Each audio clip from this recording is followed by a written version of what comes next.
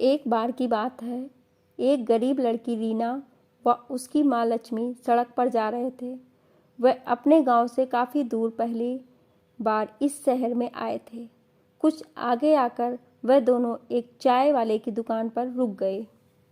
कुछ पल यहाँ वहाँ देखने के बाद लड़की की माँ लक्ष्मी दुकान वाले के पास पहुँची और उससे कहने लगी, भैया, हम आज ही सोनपुर गांव से आए हैं। हमारा इस शहर में कोई भी नहीं है।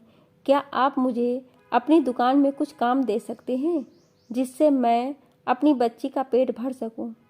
इस पर चाय की दुकान वाला कहने लगा, बहन, मेरे पास तुम्हारे लिए कोई बड़ा काम नहीं है और ना ही मैं तुम्हें इतने पैसे दे पाऊंगा।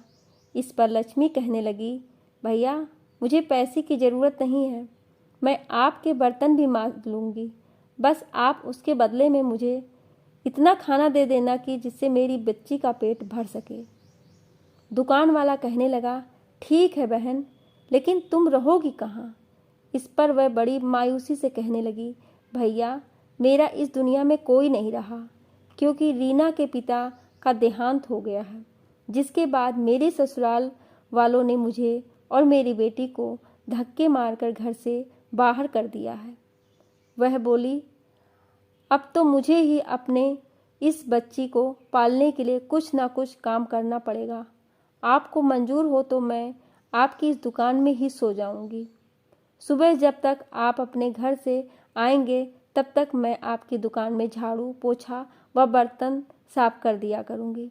इसके बदले में आप बस मेरी बेटी को कुछ खाने को दे दिया करना। लक्ष्मी की ऐसी बातें सुनकर चाय वाले का मन पिघल गया और उसने लक्ष्मी की बात मान ली। दोनों माँ बेटी वहीं दुकान में रहने लगी और काम करने लगी। ऐसे ही उनका समय बीतने लगा।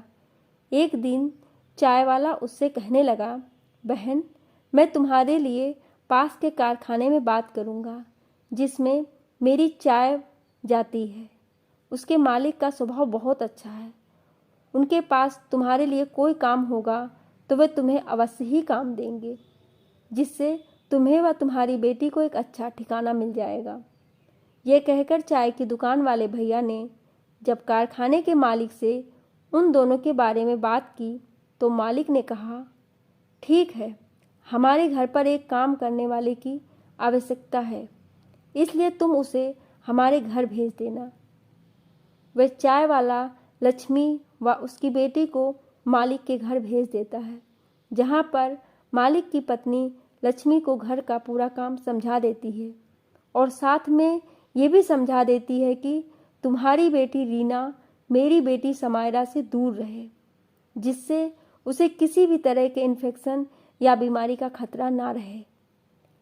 एक दिन लक्ष्मी रसोई में काम कर रही होती है कि अचानक उसकी बेटी रीना की चीखने की आवाज़ सुनाई देती है।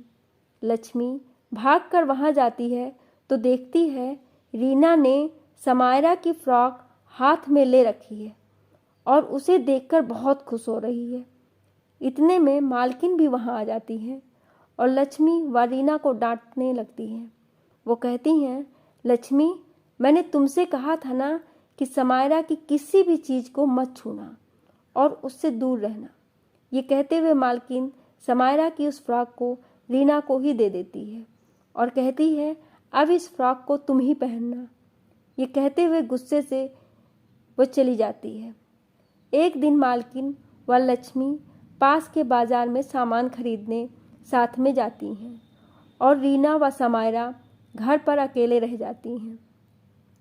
वह दोनों अलग अलग खेल रही होती हैं कि अचानक समायरा को चक्कर आ जाते हैं और समायरा बेहोश हो जाती है। तभी पास ही खेल रही रीना की नज़र समायरा पर पड़ जाती है और वह भागकर उसके पास पहुंच जाती है। रीना समायरा के ऊपर पानी की बूंदें डालती है, जिससे उसे होश आ जाता है, पर समायरा अपनी आंखें नहीं खोलती। रीना घबराकर बिना देर किए पड़ोस में जाकर शोर मचाकर ये बताती है कि देखो, समायरा को पता नहीं क्या हो गया है और वह उठ नहीं रही है। उनके पड़ोसी आकर जब घर में देखते हैं तो वह समायरा की हालत देखकर जल्दी से डॉक्टर को बुला लेते हैं। कुछ ही देर में डॉक्टर वहां पहुंचते हैं और समायरा को इंजेक्शन लगाते हैं, जिससे वह होश में आ जाती है। कुछ देर बाद मालकिन व लक्ष्मी भी बाजार से लौट कर आती हैं और घर पर पड़ोसियों को देखकर घबरा जाती हैं। समायरा की हालत देखकर तो मालकिन बहुत ही परेशान हो जाती हैं, लेकिन डॉक्टर उन्हें दिलासा देते हैं कि अब वह ठीक है और कुछ दवाइयाँ लिख देते हैं। समायरा की मम्मी उसके पापा को भी फ़ोन करके बुला लेती हैं। डॉक्टर उन दोनों को समझाते हैं कि ब्लड प्रेशर लो हो जाने की वजह से समायरा को चक्कर आ गए थे और वो बेहोश हो गई थी। ऐसे में अगर सही समय पर रीना पड़ोस में जाकर लोगों को नहीं बुलाती तो वह कुछ भी हो सकता था। वह रीना की बहुत तारीफ करते हैं और कहते हैं अगर ये समझदार लड़की यहाँ ना होती तो पता नहीं आज क्या हो जाता। डॉक्टर की ये बात सुनकर समायरा की मम्मी पापा बहुत खुश होते हैं और रीना व समायरा को साथ में खेलने की इजाज़त दे देते हैं, जिससे लक्ष्मी की परेशानी और भी सुलझ जाती है। अब वह खुशी खुशी मन लगाकर उनके घर में काम करती थी और अब उसे अपनी बच्ची की भी चिंता नहीं रहती थी, क्योंकि अब रीना और समायरा सारा समय साथ साथ खेलते रहते थे। इस प्रकार एक गरीब माँ और उसकी बेटी जिसका कोई सहारा नहीं था, उन्हें सहारा मिल जाता है और खुशी खुशी उसका जीवन व्यतीत होने लगता है। इसीलिए हमें कभी भी जीवन की कठिनाइयों के सामने हिम्मत नहीं हारनी चाहिए और डट कर उनका सामना करना चाहिए।